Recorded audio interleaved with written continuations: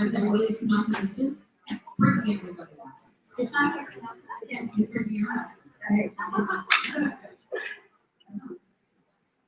Those are our husbands. There they are, very young. They know more about menopause than they ever wanted to know. They're going to start a podcast soon. We don't recognize their lives. Okay, we're going to get started anyway. So on habit number 3, we are going to do a little tea time. And we're going to be talking to 2 amazing women that you guys will recognize. I mean, really, anybody in this room is going to know who we're talking to. But I first wanted to say a few words about Minnie. Minnie was a guest on our podcast back in 2020. Somewhere around, well, we thought we hit the lottery because, Natalie was coming to visit us. And it didn't get any better. We figured this is the pinnacle of our career, we can retire. And honestly, she was so open and honest and generous with her experiences that it was an instant connection. It really was. I mean, when I heard about generous at the time, I think I played in person, we went to California, I talked with her, and then she started talking to us. She really should not really take this again to a line. Pardon me? On the road. So, didn't pause with her, or talking to her, and I think this at the time. Yes, I would see her last night helping move the tables around. She was trying to cross it, Okay, she got her steps in. I knew it was really She also has an incredible career. She is doing a lot of things that we are going to tell you about. She can't talk about it. Yeah, and we honor that, we respect any boundaries. But let's first start by introducing the comedy actress.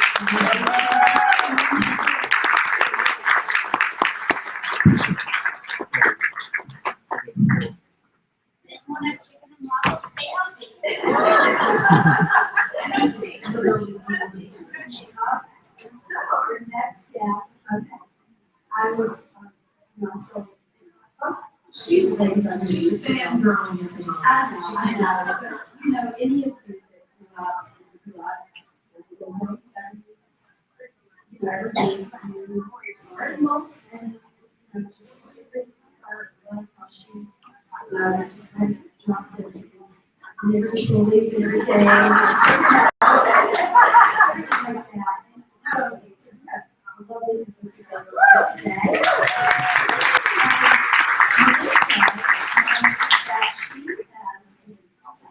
That is not improved.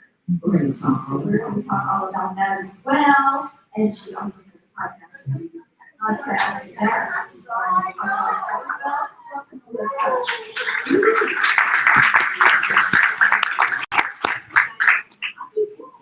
And for every girl who's our age, like this is a sort of moment.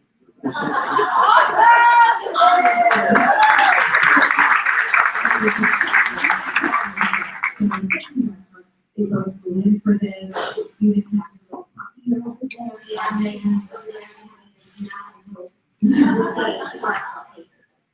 But I kind of want to start with Nikki because when we had a conversation so many years ago about the need for community and conversation, you were so adamant that we needed to have women in a room talking like this, not being lectured to necessarily, absorbing the information but in a way that's easy to digest and is relatable, and you nod your head and say, yes, that's me, okay, I get it.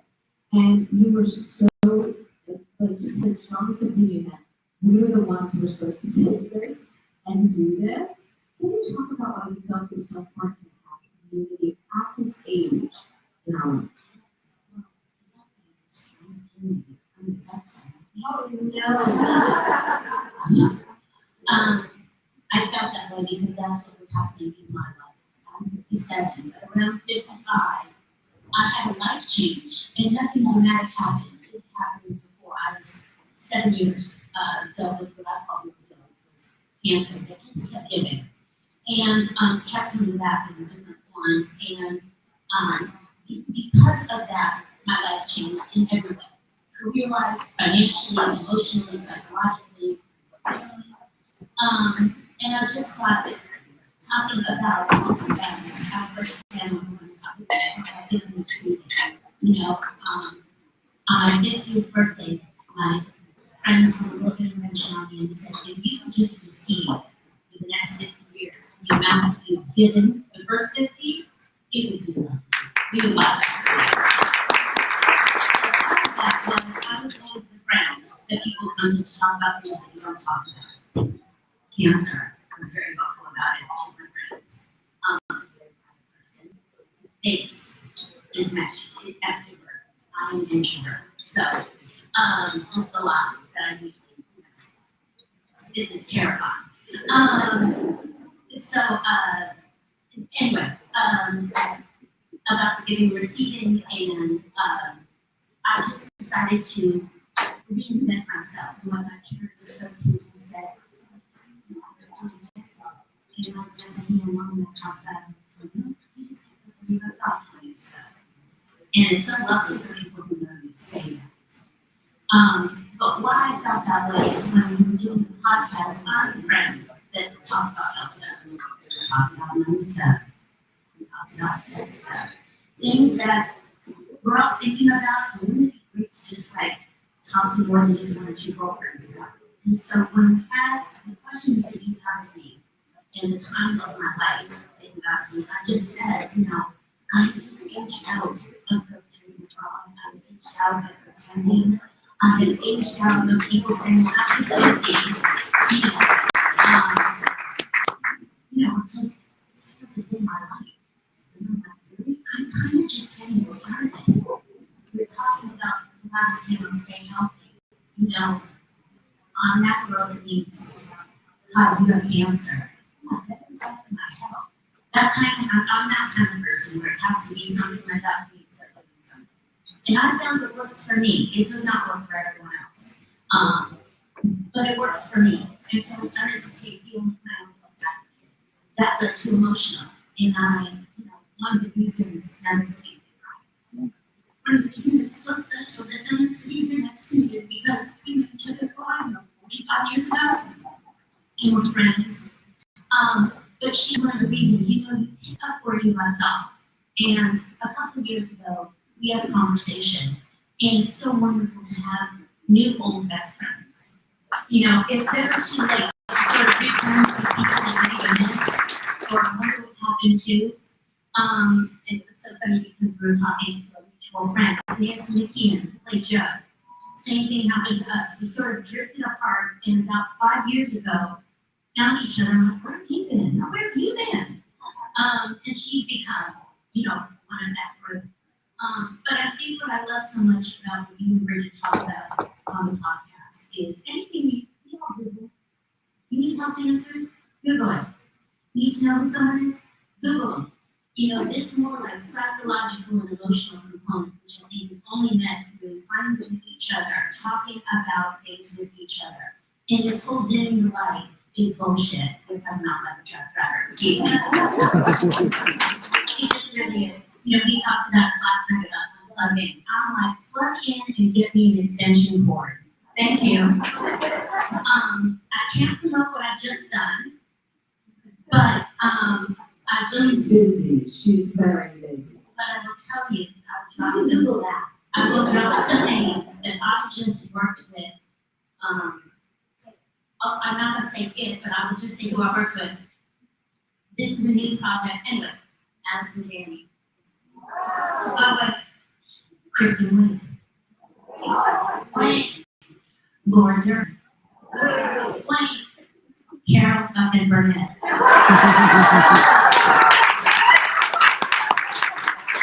Now, someone told me 5 years ago, listen, just don't worry about anything. You're going to end up doing this with these people. I mean, you're so sweet. Thank you. That's so kind. I cried every day leaving work. pinching myself or call my parents and I'll tell them, like, are you all right? I'm sorry.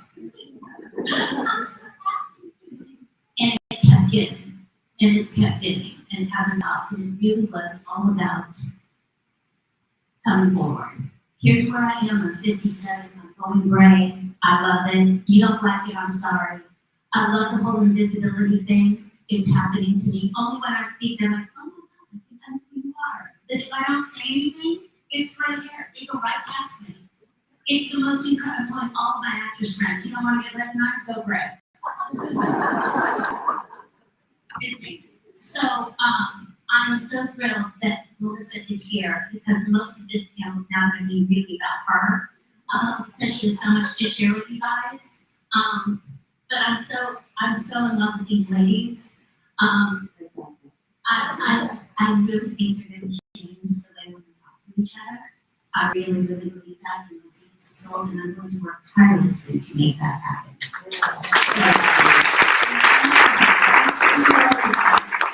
It's not just words. When we were all on the ground last night looking for stuff and getting the zen of the room, you have to have a zen flow. It's every little detail. She's that support. Yes. Yes. Vision. So yes, keep an eye out because she's going to be around. You're going to be seeing a lot of her in the coming future. That's what we'll say about that. Now, Melissa, we're just going to talk Yeah, about so it. Melissa, we talked to you not ago. He said, yeah, you have your book, That's it, yes. And it is amazing how the pivot you take it too. I mean, just amazing, but to share a little bit about what you did, all this place that was running down, or, I don't even know if they're pivots anymore, they're just pirouettes. I feel like it just keeps spinning around. New things happen all the time. My life has just been a series of incredible opportunities and changes, and I consciously now, at this age, decided I'm just going to enjoy every minute of it and see where the ride takes it. I had no idea. If you told me any good amount of years ago, 15, 20 years ago, that I'd end up converting a rundown, mildew-filled honey cabin in upstate New York, I would have said you're crazy. And it just, everything in my life has happened. Not necessarily by design, a lot of it by design, and a lot of it just I've tripped into. And it's just become this enormous joy for me. I made a decision several years ago. I woke up right to my ex-husband, and I woke up one morning and said, I want to be happy. I woke up one morning and said, I'm going to be happy. This is the beginning of happy. I'm going to find happy. This is what happy is. And I turned to him and he opened his eyes and went, this is earthquake, whether we're all going to die. So my son and I were divorced. Not fun, not pretty, not great, not easy, not fun for the grown children. They thought they were grown. But it was a really important step for me to take. That I was going to only surround myself with things and people, or at least try to be happy. I had discovered what it meant for me. I was coming up on 50, now I'm coming up on 60. I'm happy. I'm fulfilled in my life, but one of the things that really is amazing to me is at this age now, I can sit back and look at the confluence of things that bring people together in my life. That's my choke up, which I didn't expect, but how many did you just cry now at the drop of the hat and you weren't anywhere? Because the estrogen's gone. And so you just cried for it. So you can now be like hair out of the tire. By the way, I am a patient at R&D. I signed up the minute I heard about it, and I had my first appointment about a week and a half ago, and already my life is changing in ways that I had not. I drove 2 hours to go to the doctor and 2 hours back. That's how keen I was to be an advocate for my own health now. Anyway, this confluence of people and how we have connected and touched each other's lives and how it's always, I'm sorry guys, there's no here, always starts with women. We're always going to connect. starts with, if you're a mom, it starts in mommy and me groups, and play dates, and school. And we become the nexus for all of these things. But here I am, and my incredible partner in Modern Parent, CEO, Nicole is here. Our remarkable creative director, Julie, is here. My publicist and friend, Amy, is here. She lives here. Our other publicist, Gail, is here. Mindy's here. My new friend, Mrs. Clark, is here. These two women have become my friends, and now we are all here having this incredibly intimate experience and sharing all of this stuff. And the bottom line is, not one of us is alone in anything, ever. And it's so, I think, important, not just for us, but to demonstrate for the women coming up behind us how vital our relationships with one another are, and should be for them with their friends and their acquaintances and women who inspire them moving forward. No one should have to feel like they're being stuck in the corner like some in real home anymore. This is, we need to show you, this is, we can step out, and it's scary, and it's difficult, but it's important to do it. And I do it for myself. I take a lot of chances. I do a lot of things that scare me, and I do them because I won't go off alone. So that's where I am now. And that hunting cabin, by the way, turned into a home, and we finished and oh, you my husband? Oh, right, I got married again. Thank the Lord. I married an incredibly talented actor, director, producer, writer named Timothy Busfield. And we come up very everything.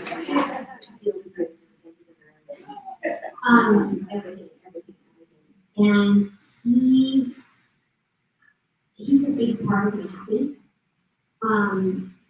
Whenever I sort of look in the rearview mirror for a second, any objects are larger than they appear. He will say, you would be where you are today. And it just makes everything make sense. Because now I'm made, now I'm happy, now I have this amazing business that is by women, about women, and for women, not just women, but specifically women in our age group. Just so everybody knows about Modern Prairie. Yes, happy to. Modern Prairie's Modern Prairie. There's this neighbor Modern Prairie, and Modern Prairie ladies in it. And we do have a retail component, which is sort of how things kind of started, but we wanted to promote products that were made by women and from companies that were really but we didn't just want to sell the products. We wanted to sell things that people would enjoy and that have a story. So everything that that you can buy from us has a story, has a meaning. And then we wanted to provide opportunities for women to connect on different levels for different reasons. So we started having workshops, online workshops. And when we started, we were having workshops in the beginning on things from how to deal with grief during the holidays to how to make perfect pie cuts to we just did one on how to make mozzarella cheese, how to deal with finances if you've never actually dealt with finances before, how to go on vacation by yourself.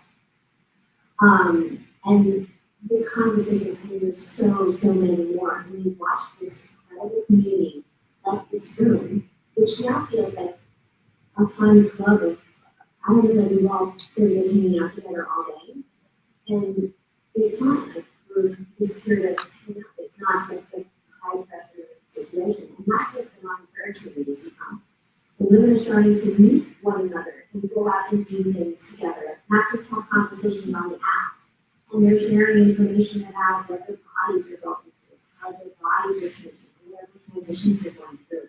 We want to get into the conversation about helping to deal with aging parents, dealing with when your children bounce back home. Just had one, but he did that. He's gone now. Hopefully, it's not temporary, but we're prepared if he bounces back. We call him the revolving door. And see, I swear, in the first panel, there was something that resonated with me. He said, I should have a t-shirt that says ATM. We need, it was called,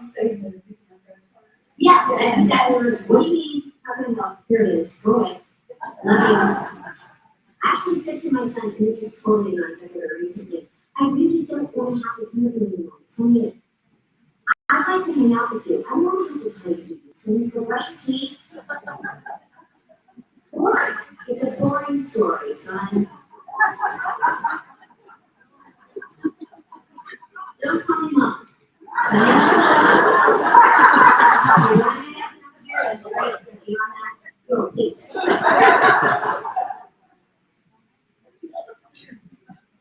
talk about, and I'm very fond of travel, travel, and moving. I know that's something really near your heart. And It's become my everything. I was waiting for my husband. I mean, listen, here's the thing.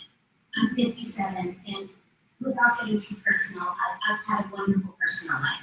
I'm very private. However, I have never walked down the aisle and been married. And a lot of my friends, who I call the terminal single people, live in Missouri, kind of shame state young ladies. It's not my bad. I'm excited for it. I know he's out there. I find it very exciting at 57. I still have a first. And so I'm really looking forward to that. What I've been waiting for is him to come find me so we can go travel.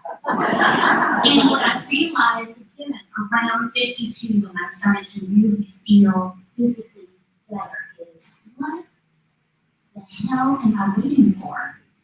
And called a couple friends and who had certain meetings and certain adventure lifestyles and said, top 10 list, let's go. Top 10 list while we still have our limbs and we don't need to sit on a beach. Let's do it. And it was a group of us.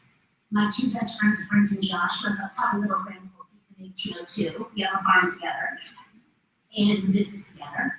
And the only way that Brent would do it is if I dragged him. And we made this list, and our first trip was Cuba. And then we did China, and then we did Asia, and then we climbed, that's right, this body when I Machu Picchu. And we just started to take a trip every year, and I'll tell you what, it has changed my life. First of all, I feel so connected. I am one of those loners who likes people. And to go visit other lands and not be afraid. You know, there's such this fear about women traveling alone, or oh, what if I get lost and I don't speak the language? I have never had an issue.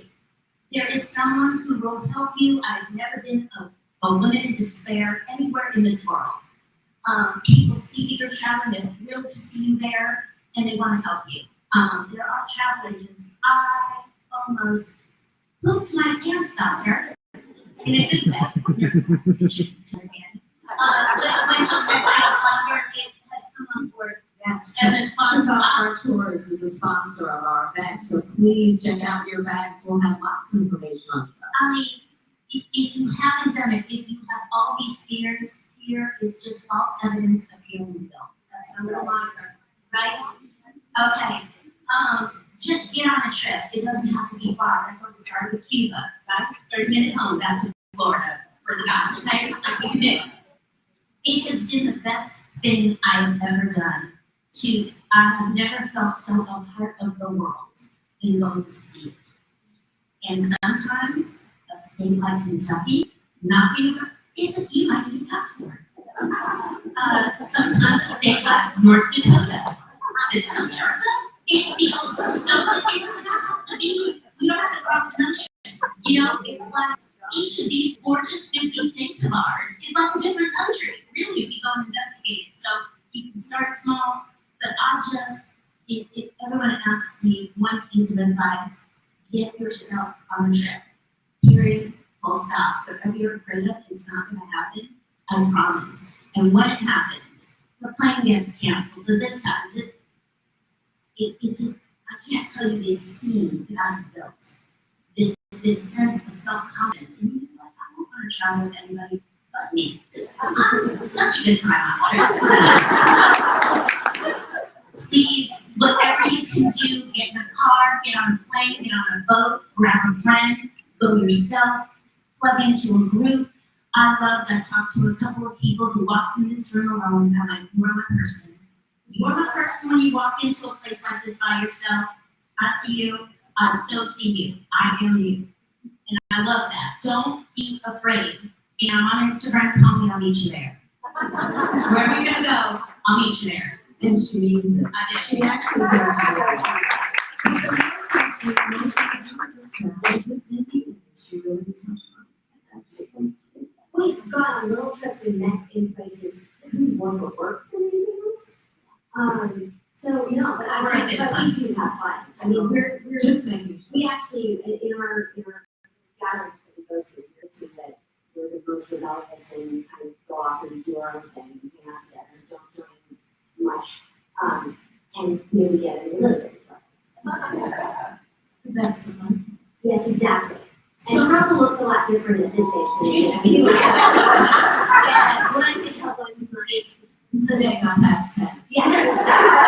Do you want to go to dinner with your mom? I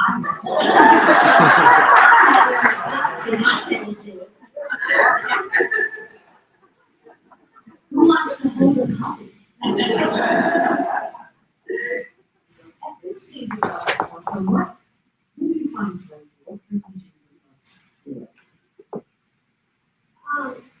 The first thing that just popped into my head is the grandchildren. Which is a given. They saw something that they could be so young and spry. It was so funny because when the first one was born, my first reaction was, oh, now I have someone else I have to stay healthy for. I was gonna let everything go, and I can't. I have to say something, this couch is great, but it's really weird. Doesn't work, does it, at this age? My grandchildren, my home. We have 40 acres now, and that nasty hunting cabin we finished it on December 2019, it became habitable, so we locked down there with COVID. My sourdough starter, my business, my partner. I find, I think the thing that I'm enjoying most is that where I thought I would feel limited, I feel limitless. I'm not, and I definitely don't have time for things that don't bring me joy and that are trivial. My sister and I say this all the time, there's no time for tiny talk. If you want to have a conversation with me, we're getting into it, so prepare. We're going to be talking about hormones and vaginas pretty quick. And whatever else, emotional stuff. My kids bring me joy, actually. Even when they do bounce home. I like actually waking up and sitting here on the couch. It was fun. But I'm glad it's fun. I do often have naked, and that's not something that the 28-year-old son needs to see. I guess that's it. Those are the things that bring me joy. Being able to connect with people and have honest conversations and not have to, actually this is the biggest thing, not have to try and contort myself into a shape that everybody else wants me to do. I'm absolutely fully 100% myself. And that enables me to be joyous in everything.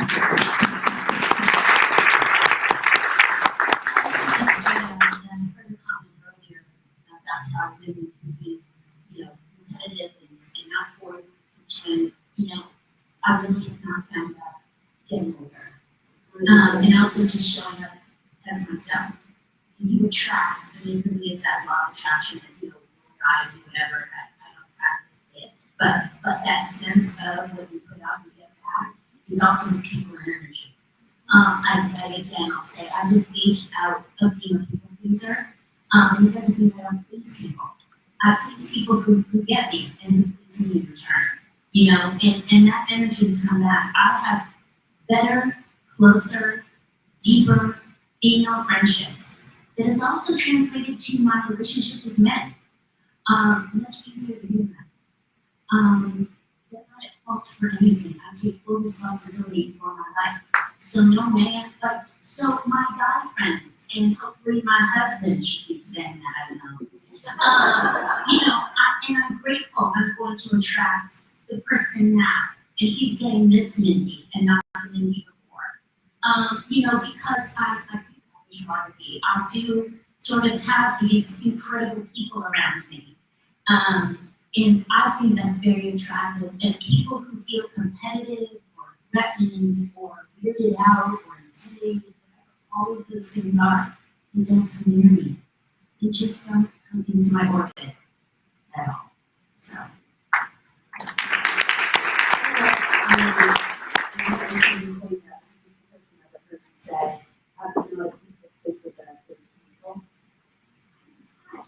Yeah, is that your aha moment? Well, I think I'm not mention or not of mine. But I really was something, because I sitting, she was. My esteem came from what I had to do for you. But to hear I need you instead of I love you, I mean I need you is my love language. You know what love comes. You know, but I need you, that was something called honors. And to put that down and realize that when that's your love language, you are going to attract takers. You're going to attract really needy people. We talked about what you're good at. I'm good at connecting people and helping people. And finding people, different people. Who are going to not only really appreciate it, but maybe, if not so much give back, be really grateful.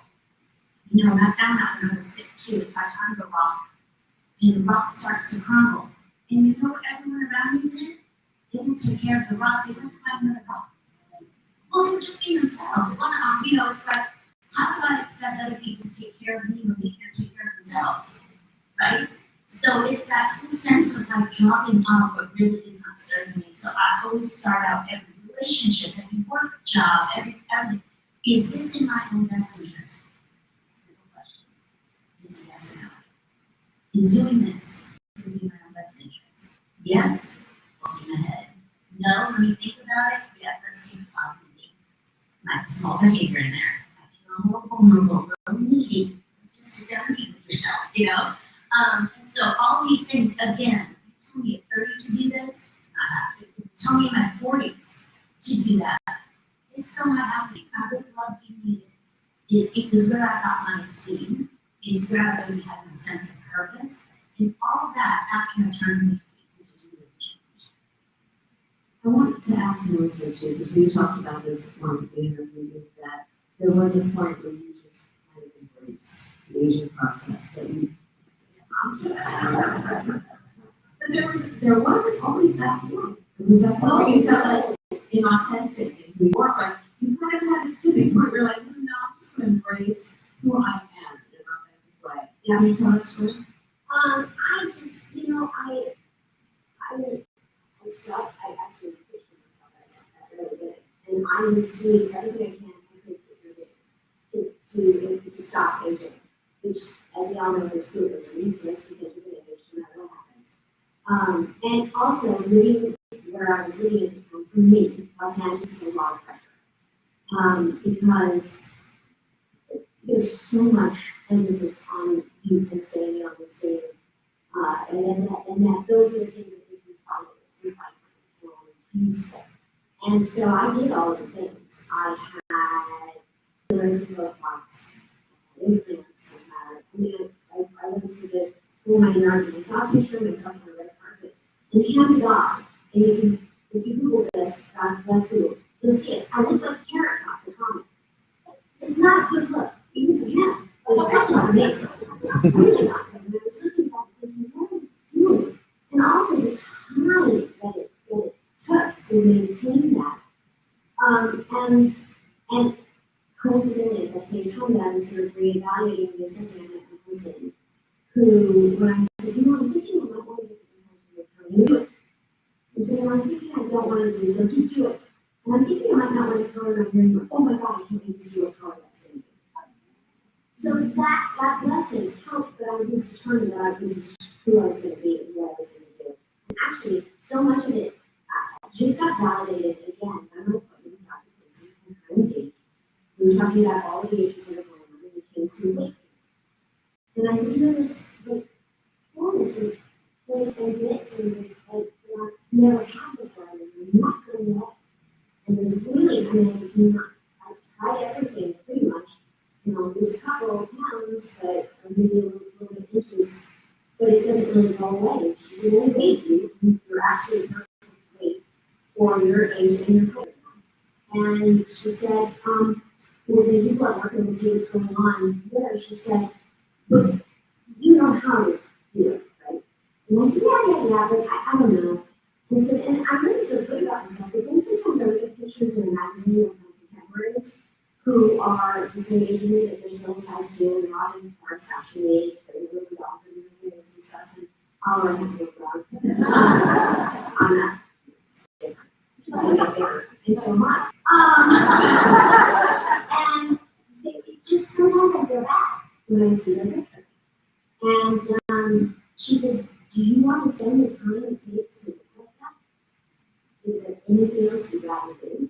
And I'm like, yeah, there's a million things I'd rather do. I'm going to stand in the mirror for 3 hours a day and run to a dermatologist to kind of stave off something. Yeah, that's right. This is why I started this journey. 100% validation. I'm doing this the right way. I'm aging gracefully.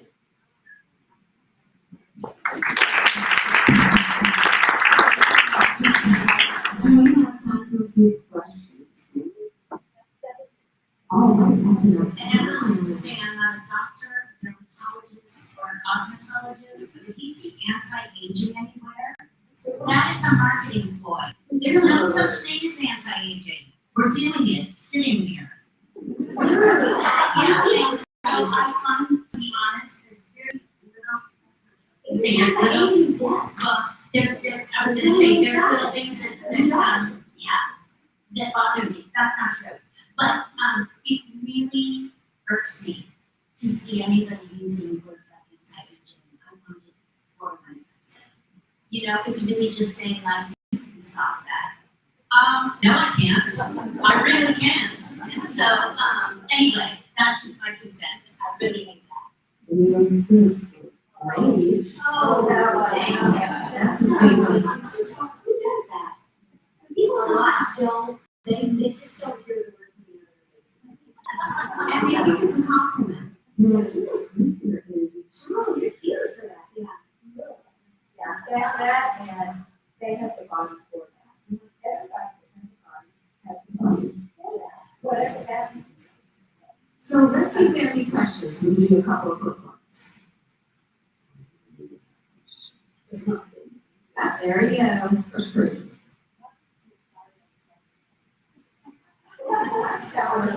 Sourdough starter name? I haven't named it yet. A bunch of the ladies on our app actually have named their sourdough starters. I haven't yet. I don't have to think about that. Probably coming off the top of my head. Sarah subscribed for a sourdough starter, but it's also my sister's. It's Sarah. Sorry, Sorry. Sarah's sourdough starter. We might not tell her. No, it's and my sister is eats an antibiotic diet, so. She might be a little bit now. Linda Pearl has one too. With That's Patrick Duffy. Patrick Duffy's Duffy. We job. had on the show. Yes. And you can follow them on Restream. They do really funny skits about it, so. It's passed down for. Hundreds of years. Yes. It's free stuff, it's sourdough starter. Patrick Duffy from Dallas. Shower coffee.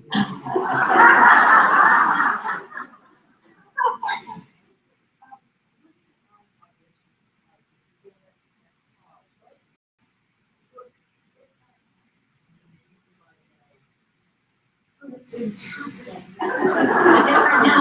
I have always loved it. Why? I'm an actor. My job is to get it right. I'm not even a result of it. The answers are already known. I have those amazing mentors. And so it has served me, and I pass it on to the younger generations now. We were talking about abundance, right? If the heart is meant for me, there's nothing I can do to fuck it up. I will get it. If it's not meant for me, there's nothing I can do to make it happen. That's my life lesson. In everything, but especially work. And I have so many insecurities in my personal life and in my career, none. Because, no, I don't give it away. It's an opportunity to work. I mean, I paid for it. But I get to go to work that day. So I find it to be very exciting.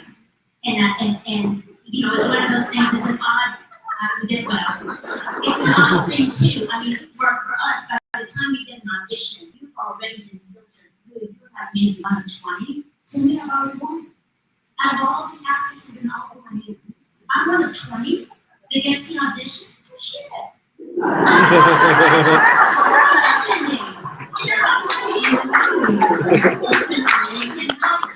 and I use that in my life too. When I'm with someone, or I'm with someone, I too like that's such a serendipitous life.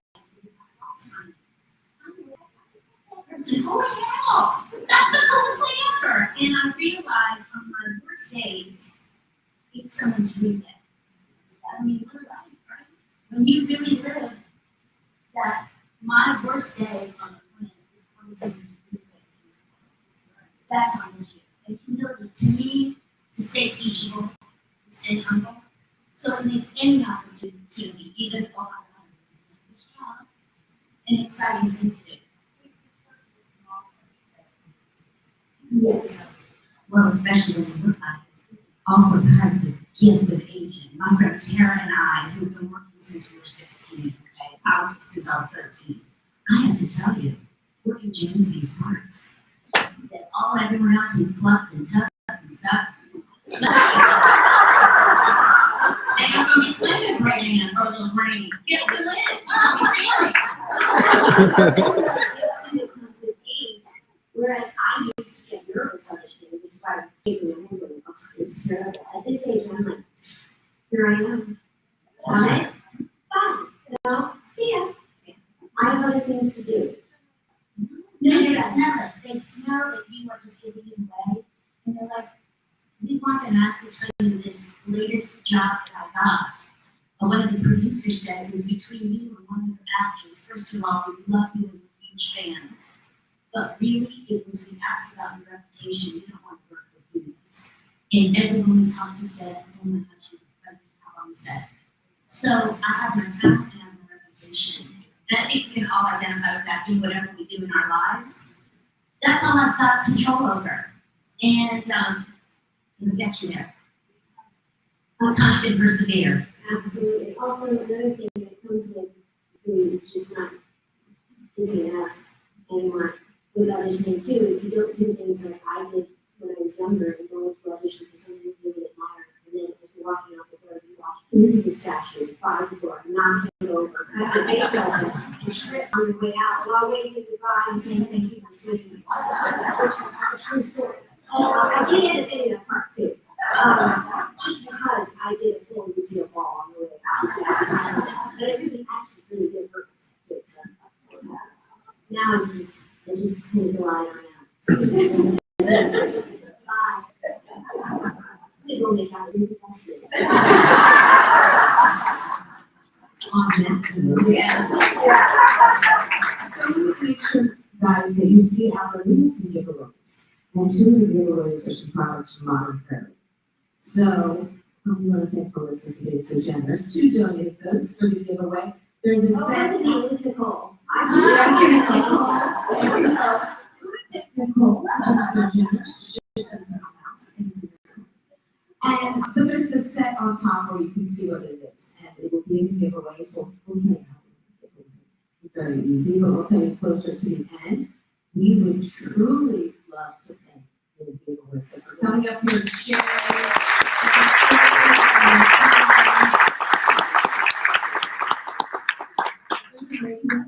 That's just as pretty. That's the door. That's outside.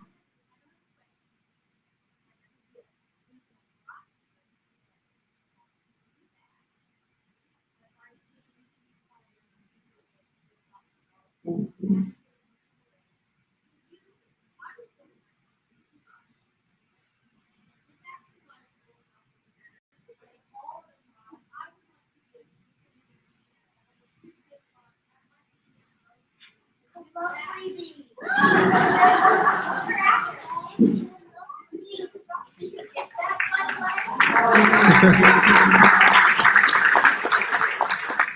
And make sure to check out Norman Wills right up there to the right because oh yay, we all know that. You know what? I want to make sure we thank our sponsors. Okay, so guys, in your bags there is a bag.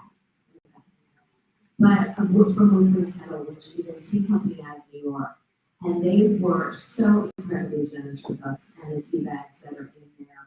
So they are sponsoring the tea and food that we have today, and they are also giving you gifts inside your bag. So check them out online, Muslim Kettle.